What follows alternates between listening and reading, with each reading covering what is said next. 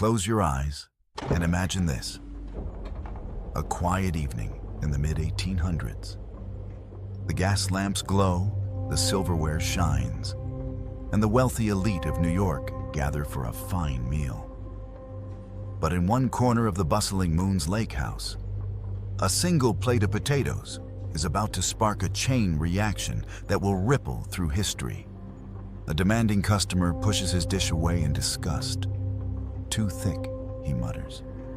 He wants his potatoes thinner, crisper, better. The chef in the kitchen, George Crum, feels his blood boil.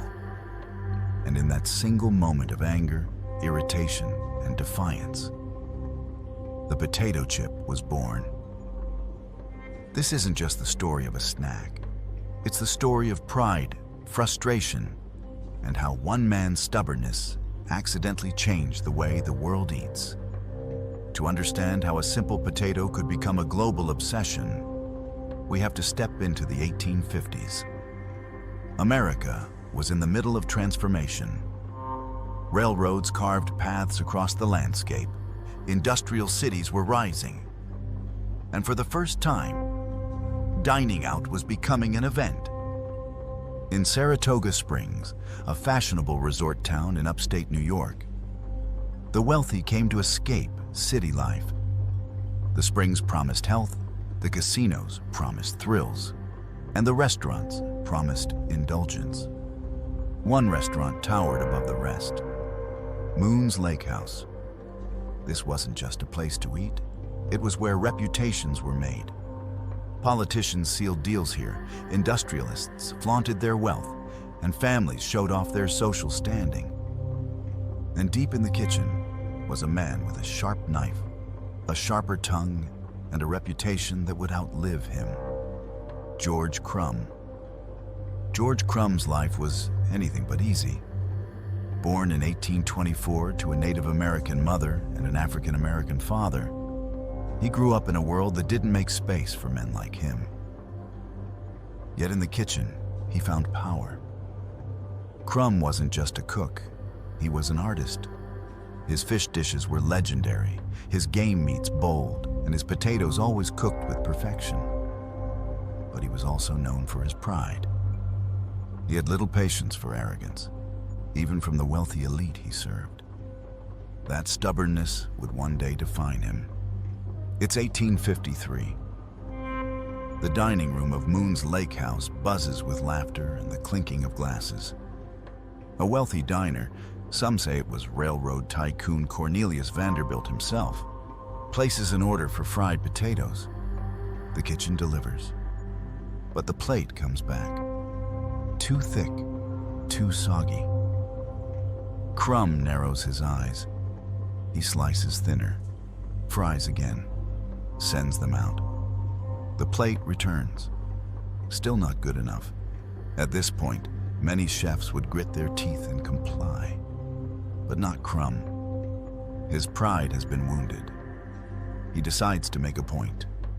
He slices the potatoes as thin as his knife will allow, so thin they are practically translucent.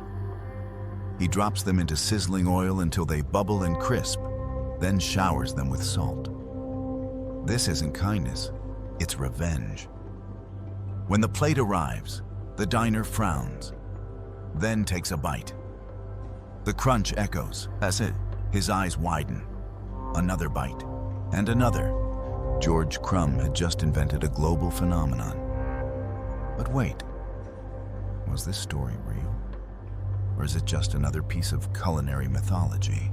Here's where the tale gets murky. Food history is messy, full of half-truths and legends. Some say it wasn't Crum at all, but his sister, Catherine Aunt Kate Wicks, who first fried the paper-thin slices. Others claim recipes for similar dishes existed even earlier. What we do know is this: Crum popularized the dish at Moon's Lake House. Diners began requesting it again and again. Soon, it wasn't just an accident. It was the star of the menu. The thin, crispy Saratoga Chips, as they came to be known, became famous far beyond the town of Saratoga Springs. Word spread like wildfire. Guests from across the country flocked to Moon's Lake House, not just for the view of Saratoga Lake, but for the delicate crunch of Crum's chips. Newspapers wrote about them. Tourists bragged about tasting them. By the 1870s, Saratoga Chips were so popular that households were trying to recreate them at home.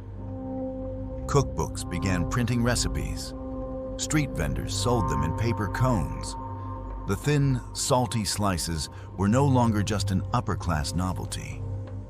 They were becoming America's snack. And Crum? He seized the opportunity. Leaving Moon's Lake House, he opened Crum's Place, his own restaurant. Every table came with a basket of chips, free of charge. His creation had become a symbol of his defiance and his pride. But here's the twist. George Crum himself never cashed in on his invention. While his restaurant thrived, the real money came later. When entrepreneurs industrialized the process, by the early 20th century, potato chips were being mass-produced, packaged, and sold in grocery stores. Laura Scudder revolutionized the snack in the 1920s by sealing them in wax paper bags to keep them fresh. Suddenly, chips weren't just a local treat. They were everywhere. Factories turned them out by the ton. Flavors expanded. Advertising campaigns declared them the perfect companion for every occasion. Chips moved from the tables of Saratoga Springs to lunchboxes, picnics, and eventually, every corner of the globe. Think about it. Today, potato chips are a multi-billion-dollar industry. Entire supermarket aisles are devoted to them. From classic salted to wild experiments like pickle, kimchi, or even cappuccino-flavored chips, the humble potato has been transformed into endless possibilities. And yet, behind every crunch, every flavor, every bag torn open at a party, is the shadow of George Crum, a man who never trademarked his creation, a man who lived and died without wealth from the very snack he made famous. But maybe that's the beauty of it. History is full of accidents that shaped the world. Penicillin discovered in a moldy petri dish. Cornflakes born from a cooking mistake. Chocolate chip cookies created when a baker ran out of baking chocolate. The potato chip stands among them. Not a carefully planned innovation, but a spark of defiance that turned into delight.